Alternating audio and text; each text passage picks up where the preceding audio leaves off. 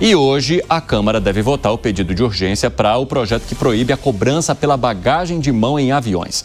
Vamos então conversar com a Vitória Bel, que vai trazer mais detalhes para a gente dessa situação, porque as companhias aéreas alegam que com as cobranças as passagens ficariam mais baratas. Bom, a gente já passou por isso, né, Vitória? Conta aí.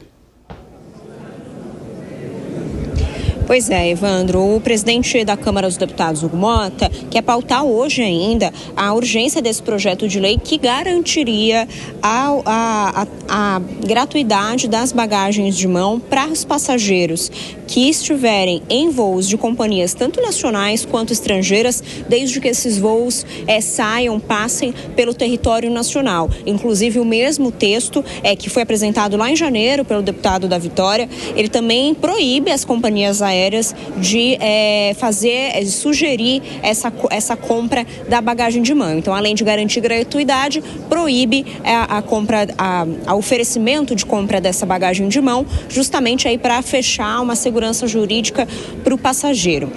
Pois bem, o Hugo Motta está pautando isso agora justamente porque algumas companhias aéreas começaram a cobrar os clientes da bagagem de mão no momento ali do check-in. E o Hugo Motta aproveitou isso também para colocar uma pauta popular na Câmara dos Deputados, lembrando que a Câmara precisa dessas pautas populares depois de passar por uma série de reveses na opinião pública com a PEC da blindagem, por exemplo. Mas a gente também lembra que lá em 2022 o Congresso Nacional tinha aprovado um projeto de lei que previa o despacho gratuito de bagagens, então das malas maiores, só que o que aconteceu foi que o então presidente Jair Bolsonaro vetou esse projeto, vetou parte desse projeto.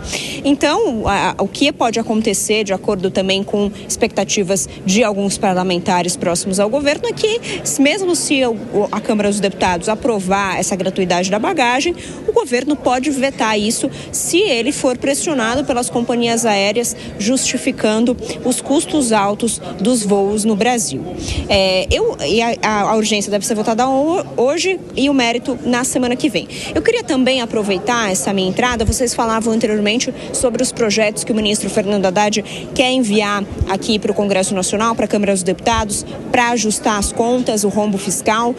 O que a gente teve de informação agora há pouco é que o ministro Fernando Haddad não conversou com os líderes de centro dos partidos que votaram, portanto, contra a medida provisória, votaram pela derrubada da medida provisória do governo. Ele não conversou, portanto, nem com os líderes do PP, União Brasil e Republicanos, que são os partidos com maior volume que podem fazer diferença para o governo ganhar nesses projetos de lei. E o que os líderes também me afirmaram é que muito dificilmente esse projeto que deve prever um aumento das taxações, terá chance de avançar. Será um conteúdo muito parecido com o da medida provisória e não deve ter chance de ser aprovado na Câmara dos Deputados. Evandro.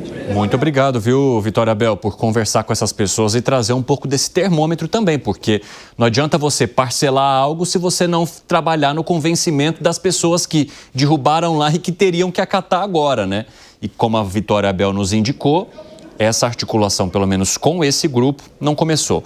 Valeu, Vitória. Um abração para você. Ótimo trabalho aí em Brasília. Alangani, vamos falar um pouquinho também sobre essa situação envolvendo as bagagens de aviões. A gente já caiu nessa história, né? Lá atrás, quando começou a se cobrar por bagagens maiores, aquelas que são embarcadas ali, que são despachadas, o que aconteceu? Todo mundo começou a utilizar a bagagem de mão. Aí, você vai lá no aeroporto, vira aquele inferno que você quer tacar sua bagagem de mão lá e a companhia aérea começa a te obrigar a despachar, sendo que você não quer. Então, beleza, tentaram criar uma solução para eles, dizendo que isso traria o barateamento das passagens. Você está comprando passagem mais barata? Porque eu não estou. Vocês estão? Né? Vocês perceberam queda em preço de passagem, alguma mudança nesse sentido? Não. E o pior, você fica sendo infernizado o tempo todo. É gente lá naquele microfoninho falando: atenção, passageiros das classes tal e tal, tragam suas passagens para serem despachadas. Assim, se você não quer despachar, praticamente você tem que se esconder no aeroporto, chegar de última hora, passar correndo com a sua bagagem, mostrar o documento ali de relance para o cara que está autorizando ali a entrada na aeronave. Senão você não consegue ter também esse que é um direito seu garantido. Se você pode levar a bagagem de mão, você deveria então poder embarcar com ela sem nenhum problema. Agora vem se querer também taxar a bagagem de mão. Pois é, Evandro, eu sou de uma época, né, tô com 46 anos, então na década de 80 eu voei pela famigerada Varig. E eu lembro muito bem como é que era, então era assim, toda a refeição era inclusa, né, você não pagava por assentos diferentes no avião, você pegasse aquele primeiro assento de esticar a perninha, não pagava, né, se você sentou no meio, não tinha essa diferenciação. Muito bem, e aí as companhias aéreas, com um novo modelo de negócio, entenderam e falaram, bom, vamos fazer o seguinte, se você quer pagar por determinado serviço, então você vai comprar. Sim, mais conforto. Mais conforto você vai comprar, né? Então tudo bem, você vai lá e paga, né? Então a ideia parece lógica desde que houvesse um barateamento no preço das passagens. Mas na prática, o que a gente observa é que o preço da passagem não cai e vão tirando esses serviços e aí você tem que pagar a parte, né? Até uma água. Eu já cheguei a pagar água em voo internacional, né? Da Colômbia para o Brasil, já está morrendo de sede. Não, a água você também tem que pagar. Então é complicado. Agora, de qualquer maneira, o setor aéreo também é um setor muito complicado, as margens são muito apertadas, vive de muito subsídio. O turismo cresceu muito no mundo e parece que as companhias aéreas não conseguiram acompanhar esse crescimento do turismo e às vezes muitos aeroportos também, por isso que a gente tem esse tipo de situação. É um setor muito problemático, Evandro. Fala, Piperno. Não, eu concordo com o Alan. É um setor que realmente nunca deu certo, a bem da verdade. Nunca conseguiu voar sozinho. Ele sempre precisou voar nas asas dos governos. Porque é um setor também que presta serviço, mas na verdade parece que ele está te dando assim um presente. Né? É um dos poucos setores onde o cliente não é tratado muitas vezes como cliente. É como se ele estivesse te fazendo uma obrigação, o setor. Quando o problema acontece... se você... É isso aí. Né?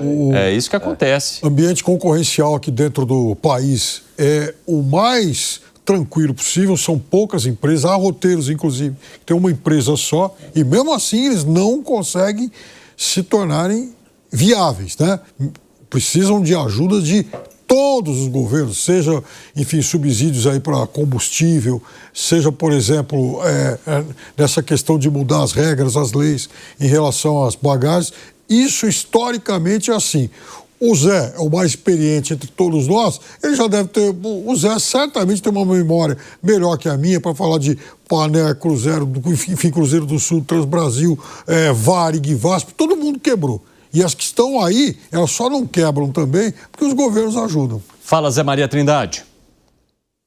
Pois é, olha, eu conversei com o ex-ministro, né, o Gilson Machado, que foi um bom ministro, sobre esse assunto. Aí ele diz, Piperno, esse argumento.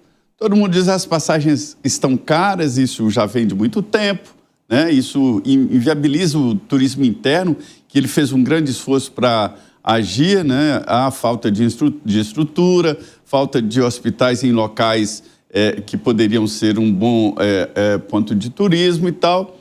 E, principalmente, esse debate sobre o preço das passagens. Ele diz, olha, todo mundo reclama, são preços altos, mas as empresas estão em dificuldade. Ele veio e abriu o mercado aqui do Brasil para as empresas de fora disputarem aqui os voos regionais. E sabe quantas apareceram? Nenhuma. Ninguém quis. Abriu. O Gilson Machado, no governo Bolsonaro, abriu o mercado para empresas. Nenhuma. Existem vários problemas. Aí ele me disse o seguinte, que existe uma fábrica de ações dos aeroportos. Se uma aeronave atrasa, advogados ficam lá, antes eram os advogados de porta de cadeia, agora advogados de porta de aeroporto. Isso é novidade.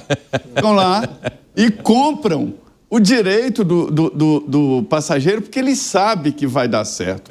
Então ele pega a assinatura, compra por R$1.000 o direito do passageiro e ganha ali 15, 20 mil reais de cada passageiro.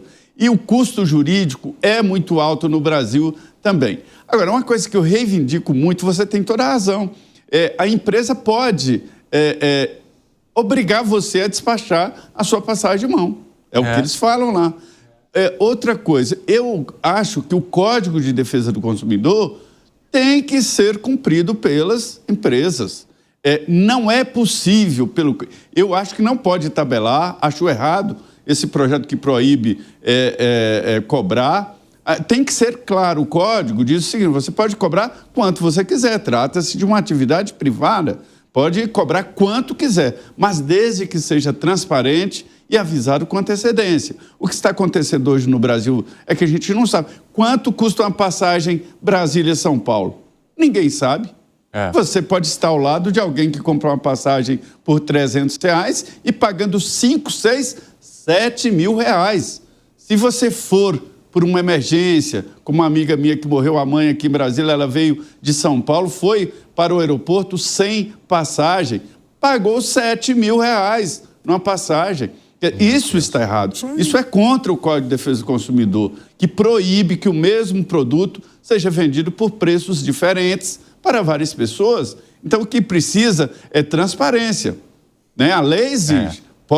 Atividade privada, pode cobrar quanto quiser, mas tem que ser anunciado e tem que ficar muito transparente. Está faltando isso. Agora, que isso aí é problemático, as empresas estão quebrando, então não estão ganhando tanto dinheiro assim quanto a gente imagina.